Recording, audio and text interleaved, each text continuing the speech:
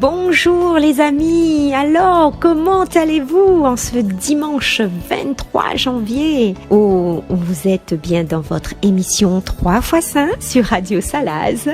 Et oui, c'est Marcel et Dani à votre service, à votre disposition pour cette belle émission tant attendue tous les dimanches avec nous, n'est-ce pas Marcel? Bonjour Marcel. Bonjour Dani, oui, émission tant attendue, pas seulement sur la planète Terre, pas rien, mais attendue de partout. Bonjour à tout le monde, merci encore à toute la radio Salaz FM qui nous accueille aujourd'hui. Encore une fois avec gratitude, avec bienveillance et avec un grand sourire, merci à vous. Oui les amis, c'était pour vous dire que oui, j'étais la semaine dernière à Salazie où j'ai pu vraiment respirer un bon bol d'air frais et très très pluvieux également. Il y avait plein de cascades, c'était magnifique et vraiment de voir toute cette verdure, c'est que du bonheur et merci Seigneur pour ces belles choses, ces belles choses qui nous donnent de vivre, et sans oublier la belle église avec cette belle crèche où s'y trouve l'enfant Jésus. Amen Seigneur, amen d'être là dans nos vies, de nous donner toujours cet amour que tu nous combles malgré nos petits défauts quotidiens, mais tu es sans cesse avec nous et je te dis merci Seigneur. Je ferme la parenthèse, je voulais tellement vous partager ce bonheur immense que j'ai été dans votre ville et vraiment d'être de retour et de se ressourcer. C'est agréable et bonjour à toutes les personnes que j'ai pu rencontrer ce jour-là.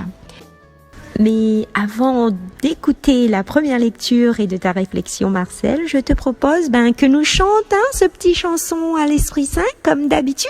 Allez go! Ô Saint-Esprit, je viens dans la louange, les yeux fermés, doucement t'adorer. Peux-tu remplir ce lieu de ta présence?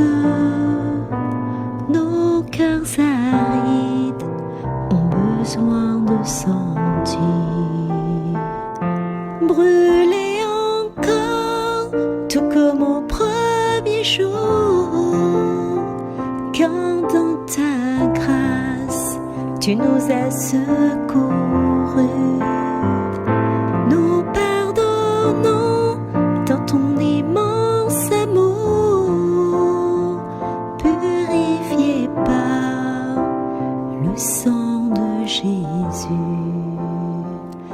Ô Saint-Esprit, je viens dans la louange te demander de venir en ce lieu. J'étends mes mains, j'ai soif de ta puissance. Viens Esprit Saint, oui viens Esprit de Dieu. Viens Esprit Saint, oui viens Esprit de Dieu. Viens Esprit Saint, oui viens Esprit de Dieu. Saisis nos mains, faibles et languissantes.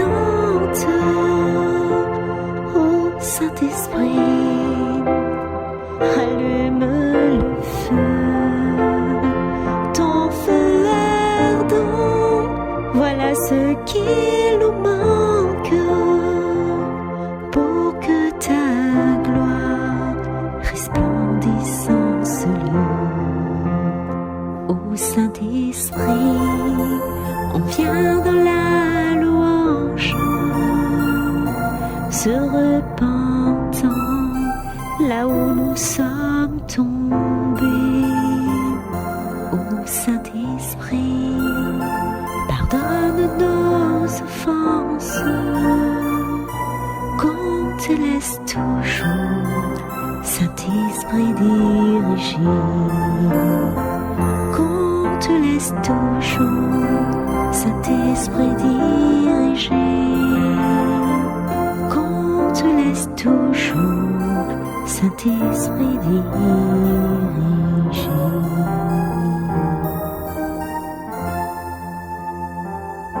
Merci beaucoup Dani pour ta voix, pour ce cantique.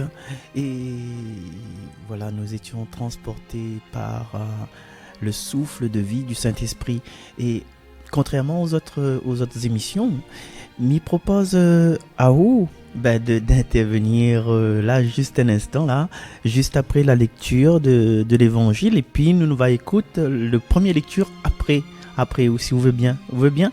D'accord. Ben là, si vous voulez bien, nous ça va, comme nous l'avons pris là, cette habitude d'aller dans la cathédrale de Notre-Dame de Paris pour écouter cet évangile selon Saint Luc. D'accord? Allez, nous ça va.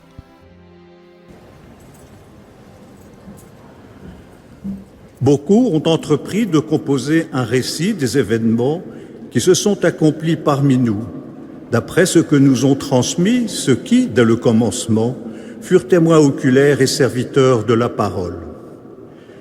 C'est pourquoi j'ai décidé, moi aussi, après avoir recueilli avec précision des informations concernant tout ce qui s'est passé depuis le début, d'écrire pour toi, excellent Théophile, un exposé suivi, afin que tu te rendes bien compte de la solidité des enseignements que tu as entendus. En ce temps-là, lorsque Jésus, dans la puissance de l'Esprit, revint en Galilée, sa renommée se répandit dans toute la région. Il enseignait dans les synagogues et tout le monde faisait son éloge. Il vint à Nazareth, où il avait été élevé. Selon son habitude, il entra dans la synagogue le jour du sabbat et il se leva pour faire la lecture. On lui remit le livre du prophète Isaïe. Il ouvrit le livre et trouva le passage où il est écrit « L'Esprit du Seigneur est sur moi, parce que le Seigneur m'a consacré par l'onction. Il m'a envoyé porter la bonne nouvelle aux pauvres, annoncer aux captifs leur libération et aux aveugles qu'ils retrouveront la vue, remettre en liberté les opprimés, annoncer une année favorable accordée par le Seigneur. » Jésus referma le livre, le rendit aux servants et s'assit. Tous dans la synagogue avaient les yeux fixés sur lui. Alors il se mit à leur dire « Aujourd'hui s'accomplit ce passage de l'Écriture que vous venez d'entendre. » Acclamons la parole de Dieu. Louange à toi, Seigneur Jésus.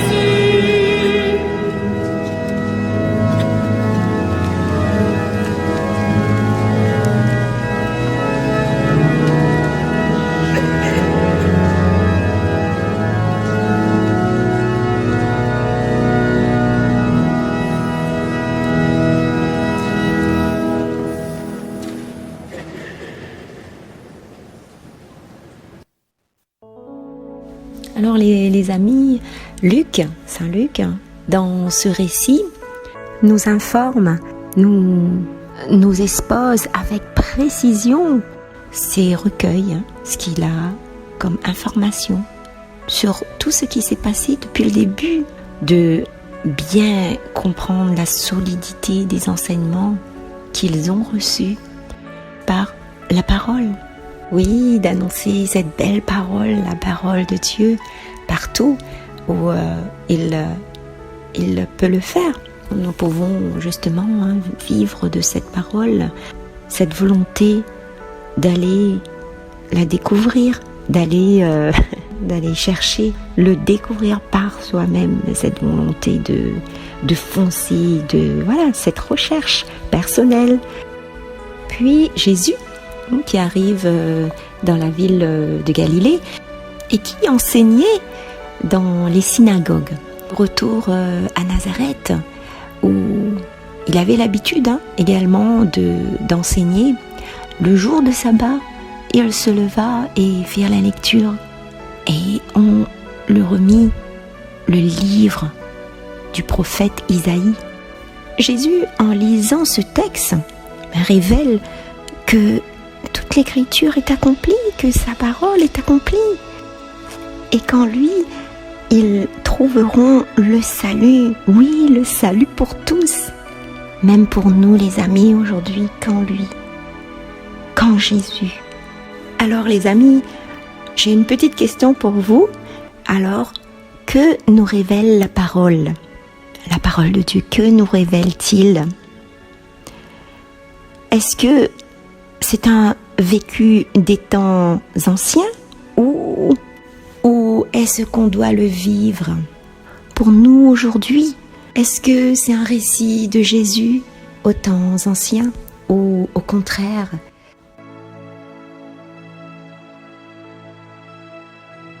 Alors les amis, tant qu'on peut, lisons la parole de Dieu, prions, méditons, laissons-la nous façonner, ces belles paroles et sanctifier.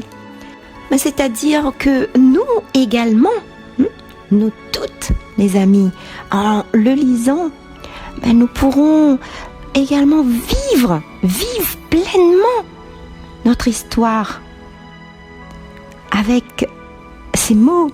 Et c'est pas une histoire d'avant, mais une histoire maintenant, une histoire présent. Et de le vivre réellement en chacun de nous. C'est aussi accepter de se laisser conduire par l'Esprit Saint.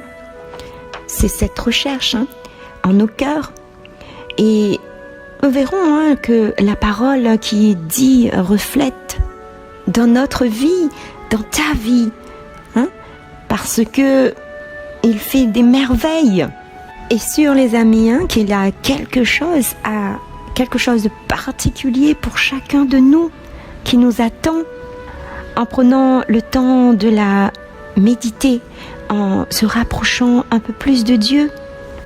Les amis, la parole de Dieu est guérison. Quand je souffre, Jésus marche avec moi.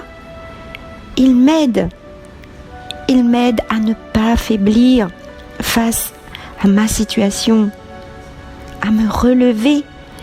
La parole me conduit également à fortifier ma foi, à la conversion et à ce changement de cœur qui est souvent malmené, les amis, par différentes choses de la vie qui nous encombrent.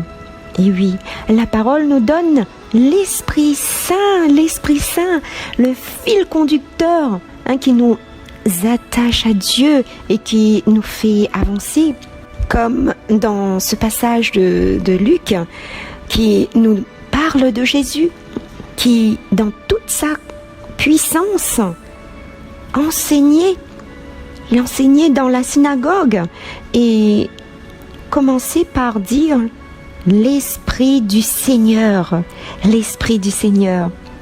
parce qu'il m'a consacré par l'onction. Alors les amis, voyez cette puissance, cette importance de recevoir l'Esprit. Et l'Esprit, cherchons-la les amis, cherchons-la. Et comment on va la trouver? Dans la parole de Dieu qui nous donne et qui nous est donnée et qui est une source d'eau fraîche où tu peux te restaurer, manger afin de plus avoir faim. Alors, laisse-la germer comme une petite graine de moutarde, la toute petite graine qui pousse et qui se développe. La parole, c'est pareil. Même si parfois on lit une première fois, on comprend pas. On dit, Esprit Saint, viens à notre aide, viens nous aider parce que j'arrive pas à comprendre le texte. Et je peux comprendre le texte. Et je peux vous assurer que l'Esprit Saint viendra et vous éclairera sur les passages les plus peut-être difficiles pour vous, pour moi également. Moi la première. et vous aidera. Alors, il est dit dans Matthieu chapitre 4, verset 4, « L'homme ne se nourrira pas seulement du pain, mais de la parole de Dieu. » Ta parole est la vérité, elle est lumière sur mon sentier. Je peux avancer en sécurité sur les voies que tu m'as tracées. Amen, Amen. Ce que ta bouche a dit, ta main l'accomplit. Amen, Amen. Loué soit l'Éternel. Amen, Amen. Ce que ta bouche a dit, ta main l'accomplit. Amen, Amen. Loué soit l'Éternel. Loué soit l'Éternel. Car, les amis, cette parole, elle nous restaure. Alors mangez la parole de Dieu et vous recevrez l'Esprit Saint, l'Esprit de Dieu. Et nous pourrons nous aussi porter la bonne parole, la bonne nouvelle que nous sommes libres et que ne plus avoir peur, parce que on a Jésus à notre côté, on a Jésus pour nous aider, pour nous éclairer, pour nous permettre d'avancer, et qu'il est là pour nous, à nos côtés, quand nous avons besoin de lui. Alors les amis, recherchons sans cesse cette parole, la parole sainte de Dieu dans l'Écriture, dans la Bible, qui nous aidera à vivre cette vie qu'on est tous appelés à la sainteté, vie qui, pour nous, a du sens avec Dieu, avec son Fils et avec l'Esprit Saint. Et nous pouvons dire également, Dieu éternel et tout-puissant, dans ta bienveillance, dirige nos actions, afin qu'au nom de ton Fils bien-aimé, nous portions des fruits en abondance. Amen. Alors les amis, les fruits en abondance ne viendront pas toutes seules. Et oui, il faudra quand même méditer, chercher, avoir envie du changement. Et je serai de tout cœur avec vous les amis, de tout cœur. Voilà, alors sur ces paroles, je vous laisse. Je vous souhaite une agréable journée, un bon dimanche en famille ou comme vous le souhaitez. Et à toute l'équipe également, merci. Bon dimanche à vous tous. Au revoir, à très bientôt.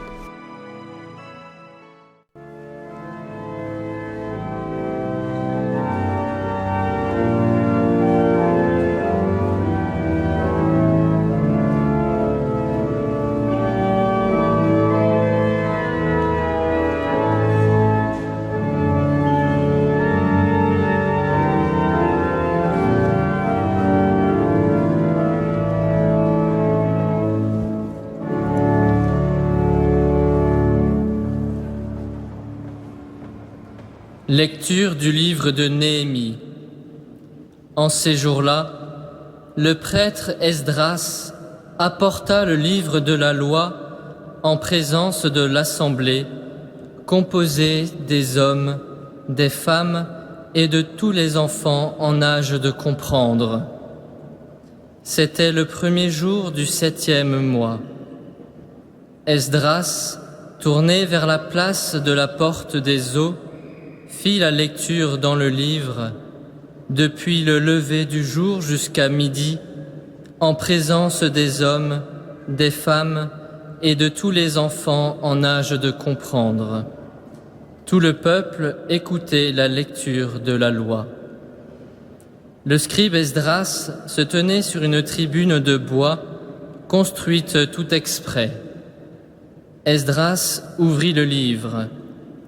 Tout le peuple le voyait, car il dominait l'assemblée. Quand il ouvrit le livre, tout le monde se mit debout.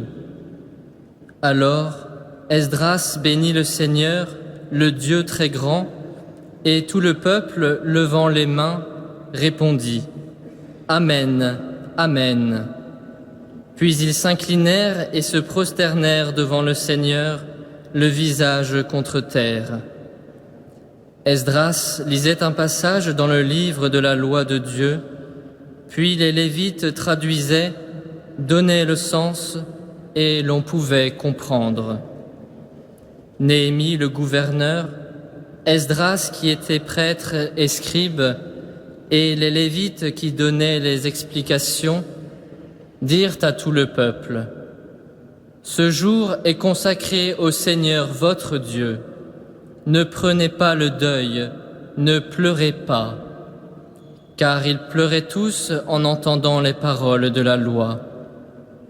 Esdras leur dit encore : Allez, mangez des viandes savoureuses, buvez des boissons aromatisées, et envoyez une part à celui qui n'a rien de prêt. Car ce jour est consacré à notre Dieu. Ne vous affligez pas, la joie du Seigneur est votre rempart. Parole du Seigneur.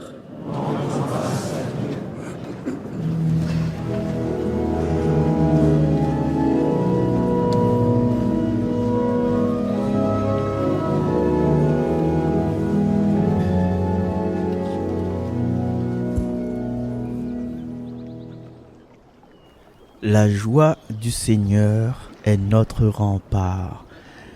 Bois, mange, réjouis Azot, parce que notre Dieu, c'est pas un Dieu de tristesse, c'est pas un Dieu qui veut faire pleurer à nous, parce que nous l'est en train d'écrire l'histoire de notre vie. Voilà, nous l'est en train d'écrire l'histoire de notre vie. Et l'histoire de notre vie, il est vrai que n'est pas basée seulement sur des journées exceptionnelles, ça n'est pas vrai ça, mais aussi on a des journées ordinaires. Et comme depuis un certain temps, nous l'a causé un peu, depuis le baptême de Jésus, nous l'a appris que nous n'est pas le personnage central de notre vie. Et que si nous les croyons, nous les sûrs que Dieu, il façonne à nous. Il façonne à nous de jour en jour. Il est en train de façonner à nous. Et dernier coup, à Cana la base à vue, t'es là, quand on a pouvoir manger, nous toutes les là ensemble, solidaires même dans le Covid. Alors Dieu il fait à nous des cadeaux, et Dieu il peut faire à nous des cadeaux. Des fois nous ne pensons pas, mais dans notre éducation, notre façon de parler le français, dans nos talents de rassembler les personnes, nos talents juste quand on a une bataille dans la famille de ne pas boire notre nez dedans. Et aussi ça c'est grâce aux personnes que nous l'avons rencontrées, les personnes que l'ont inspiré à nous. Et nous voyons bien que notre petite histoire là, il fait partie d'une plus grande histoire. Et Dieu l'a toujours préparé à nous à travers nos rencontres, à travers les événements de notre vie. Dieu l'a préparé à nous pour le présent. C'est pour ça que nous vivons aujourd'hui. Il n'a comme un genre de fil conducteur. Et là, nous peut dire qu'il n'y a rien au hasard. Et dans cette première lecture du livre de Néhémie, cette lecture, il porte un message. Et Néhémie, la mise est résumée parce que il n'y a que des extraits dans la liturgie, et après si nous regardons la Bible, nous lisons la Bible, nous l'avons un petit peu plus documenté. Alors Néhémie, vous avez vu, c'est le gouverneur, il est un juif en PS. Et à un moment donné, parce que pourquoi il est en PS? Parce qu'il a été exilé, parce que le peuple a été chassé de Jérusalem et chacun l'a parti de l'autre côté. Et Néhémie, il pose à lui la question: pourquoi nous n'est plus notre case? Pourquoi nous n'est plus chez nous? Et puis, à travers son réflexion, à travers les témoignages qu'il a eus, il a compris que les ancêtres l'avaient faussé la relation avec Dieu. Et c'est pour ça que Jérusalem a été détruit et puis les autres parti quoi, ben à l'exil les autres.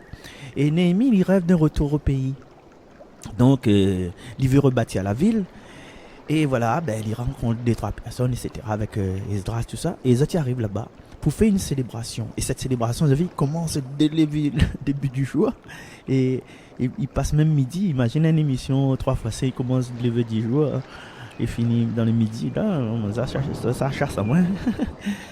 Et pendant la parole, pendant que tout ça l'est proclamé, et ça l'est proclamé en hébreu parce que ben c'était la langue d'écrit, et le peuple là, comme là, elle a été dispersé là, tu comprends plus l'hébreu, tu causes que l'araméen, même s'il y en a 2-3 petits livres là, en araméen. Et là c'est pour ça les Lévites sont là pour traduire.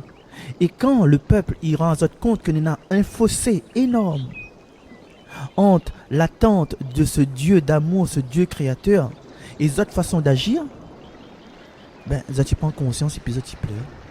Ils pas tenir parce que vous êtes là en examen de conscience, parce que vous êtes tellement oublié Dieu, vous êtes là fin oublié quel visage il a. Et là aujourd'hui, en ce jour spécial, parce que il tombe le premier jour de l'année en fait, hein, en ce jour spécial, Néhémie dit ben arrête de pleurer, mange, bois, festoyer quoi. Et pourquoi ben il pleure? Ben justement parce que tu vois en notre vie les façons d'agir, ben il est loin de ce que Dieu t'attend des autres. Et le message justement, le message de ce livre de Néhémie tout entier, le message c'est: ne vous enfermez pas dans vos regrets passés, ne vous enfermez pas dans vos erreurs passées, vivez dans la joie d'aujourd'hui, parce qu'aujourd'hui c'est une nouvelle page qui s'écrit pour moi, pour toi, pour nous aujourd'hui. Ne vous enfermez pas dans vos regrets passés. Et souvent, nous avons cette habitude, ben oui, nous sommes enfermés dans les regrets passés, nous regrettons les erreurs, voilà, mais il ne vaut plus rien. Mais non, la semaine passée, il avait l'ambiance, hein, rappelle, devant un canard. Pour ça qu'il n'a pas gagné, il ne fait rien. Alors, Dieu n'a appris que Dieu donne à nous un vin de qualité à chaque instant de notre vie. Mais aussi des fois, au départ peut-être, et puis des fois aussi, il y a un muscavif. Vous te rappelez muscavif? Hein? Les anciens connaissent muscavif, tu remplaces champagne quand tu fais la marche dans le mariage salviette là. Tu te rappelles plus? Ben aujourd'hui, allez chez un caviste renommé, hein, Nicolas, 20/20 ou bien un autre caviste renommé, allez demander un bouteille muscavif, on va voir. Peut-être va dire, hey, ici, ils ne vendent pas n'importe quoi ici. Hein? Donc, même le muscavif dans notre vie, il veut dire à nous comme ça, ou bien de vin royal, de vin qui ravit. Même si ce n'est pas de la bonne qualité là, nous avons besoin de ça pour bâtir notre chemin et pour vivre l'histoire d'aujourd'hui. Et l'histoire d'aujourd'hui, en genre, c'est l'histoire de demain. Et les erreurs de notre vie là, des moments, on a peut-être pris des décisions qu'aujourd'hui ne veut plus rappeler à nous. Nous la prenons des attitudes qu'aujourd'hui ne veut plus en parler. Ah non, que ça, ah non, ne veut plus en parler. Mais, faut pas nier la parole aujourd'hui, faut pas nier. Il dit pas nous d'oublier, non, il dit à nous, prends le bon côté de ces événements-là. Et le bon côté de ces événements-là, des fois c'est la première partie de nos histoires. Par exemple une belle amitié, mon camarade tout le temps vient à la casse, tout ça là, et puis à un moment donné pour une histoire, mais comme pas moi n'importe quelle histoire, ben l'amitié là il tourne en vinaigre, en queue de poisson, ou bien même une histoire de vie à deux, que il commence bien, ou bien après qui finit mal, ou bien le choix que me fait dans l'éducation de mes enfants, hein. Le choix, à un moment donné, il manque d'éclairage et puis m'y impose à mon enfant de faire tel métier, de faire telle étude. Et puis finalement, m'y rend moins compte que ben, c'était pas ça, il a cassé sa gueule, mais moins derrière. Il veut faire chose, il veut faire peintre, bâtiment, et moi, il force à aller pour être informaticien, parce que informaticien, il met un costume, il aime bien un costume. À un moment donné, les affaires cassent et les enfants sont en colère contre nous, et voilà, ils traînent, ils ne plus faire rien. Voilà. Et ça, il bloque à nous. Et là, nous pensons, nous dit, dans certains moments, avec nous, qu'importe l'interlocuteur, hein, personne proche, personne un peu loin, nous dit, ben, peut-être, m'aurait dû dire à lui, merci, pour ce qu'il a fait pour moi, m'aurait peut-être causé avec lui, mais m'a fait la sourde oreille, m'aurait pas dû faire ça, avoir cette attitude devant cette personne-là. Et là, C'est la tristesse qui envahit à nous et c'est le regret qui envahit à nous. Et aujourd'hui, encore une fois, m'y répète parce que les importants, n'est notre mot, mais m'a pas trouvé, ouais. Les primordiales, m'a trouvé, c'était oui, c'est notre vie. Nous, on a fait des erreurs dans notre vie.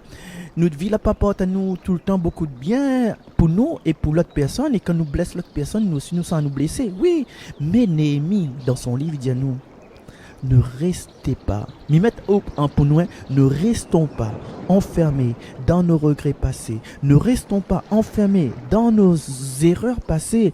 Dieu y écrit une nouvelle page de notre vie. Et si nous ne la passons pas ces erreurs, pas ces mauvaises expériences, c'est pour vivre ça, c'est pour vivre aujourd'hui. Et aujourd'hui, ces expériences aident à moi à survivre et ces regrets du passé va aider à moi à vivre un meilleur demain. Parce que Dieu l'est toujours là. Dieu l'est toujours là.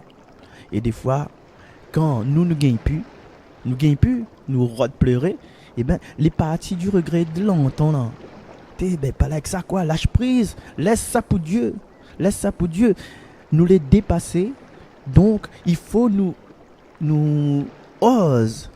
avouer, offre à nous, je m'abandonne à toi, à quelqu'un qui dépasse à nous. Et c'est qui dépasse à nous? Comme nous n'est pas le centre de notre vie, ben c'est Dieu. Et Dieu, il transforme ses erreurs pour faire quelque chose à sa ressemblance, à sa volonté. Et tu connais comment il appelle ça? La plus d'erreurs, la plus d'épreuves, mais il y a ce qu'on appelle l'expérience. Et cette expérience va aider à moi, non seulement dans ma vie à moi, mais cette expérience-là va aider à moi à accompagner d'autres personnes. Et Dieu, des fois, quoi, il fait comme un genre de homestaging de notre vie. Il fait du recyclage. Parce que faut pas que notre vie, encore une fois, les bloquée par les erreurs du passé. Et Dieu y accompagne à nous. Et là, nous pouvons choisir. Mettre devant toi le bien ou le mal. Et là, Dieu met à nous devant nous. Est-ce que ça continue à lamenter à moi, à disant, ah, mais c'est plus rien, mais vaut pas la peine, mais il est un sous-homme ou bien une sous-femme, mais vaut plus rien, laisse à moi crever en paix, au faux. Ou bien, me désoriente à moi de mon propre vie, me décentre à moi et me dit, ben, Dieu l'a fait vivre à moi ça. Et ça peut-être, les pour aide à moi pour grandir, et comme dit les partenaires, c'est pour retrouver la meilleure version de moi-même. Et chers amis, je ne veux pas mettre à dans une espèce d'illusion, hein. Nous aura dans notre vie encore des événements moins heureux, nous aura encore. Mais nous avons cette tendance à ne pas nous poser les bonnes questions. Parce que quand nous ne posons pas nous les bonnes questions, nous n'avons pas les bonnes réponses. Et d'une autre façon, quand nous posons à nous de mauvaises questions, nous n'avons de mauvaises réponses. Et la question qui arrive le plus souvent dans ces moments de regret, pourquoi moi-même, tout le temps moi-même. Voilà. Et quelle réponse ça donne à ça? Mais par contre, il faut nous poser une question qui ouvre à nous une perspective. Cette question, c'est d'être posée dans le fauteuil du discernement. Merci Thomas. Et de dire, il est vrai qu'en ce moment, il vivait un moment triste et malheureux, peut-être. Covid, même la Covid, et alors, hein, mais ça pas, voilà, mais ça pas quoi hier et Bobognac, par exemple. Ben, me dit Seigneur, que ça vous veut apprendre à moi à travers ça, à travers cette situation. Parce que moi, je suis persuadé que Dieu est en train d'apprendre à moi quelque chose et que il est à l'école de la vie. Voilà mes chers amis, à la finale 34. Cassie, salut. Alors, Néhémie, il donne à nous un conseil. Et ce conseil dit, dans les exemples, hein, peut-être que ou de maman il a déconné. Peut-être que votre camarade l'a fait l'erreur. Peut-être que ou même, ou aujourd'hui que vous l'a fait l'erreur. Peut-être que vous l'a pas pris le bon chemin, mais vous êtes trop pressé. Peut-être que moi, non, mala emporte à moi, bidon. Mala emporte à moi. Mais que ça n'est mis à nous aujourd'hui, ne vous enfermez pas dans vos erreurs du passé, dans vos regrets du passé. Et l'histoire n'est pas bouché, ou le chemin est encore ouvert. Et il veut revenir sur une petite phrase du livre d'Isaïe. Consolez mon peuple. Consolez mon peuple. Et aujourd'hui, pendant toute cette semaine jusqu'à la fin de nos jours, allons mettre à nous devant le Seigneur et nous, avec tout ce qu'on a pu vivre, tout ce que nous avons traversé, toute notre bonne perspective, où ça nous veut aller, si c'est la volonté de Dieu, nous peut dire à l'oreille, Seigneur, m'y choisis de continuer mon histoire, malgré mes regrets, malgré mes erreurs du passé. Mais aujourd'hui, m'y prends cette décision de continuer cette histoire avec vous, Seigneur. Voilà, chers amis, merci Dani, merci Cassie, merci Cathy, merci Lotte Dani, merci les liturgies de la cathédrale, hein, Notre-Dame. Merci à tout ce beau monde. Et puis, oublie pas, chers amis, mettre ça, essaye de mettre ça dans nos têtes. Oui, on a fait des erreurs.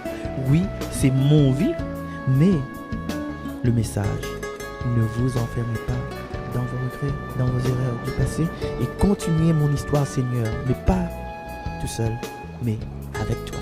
Bye bye.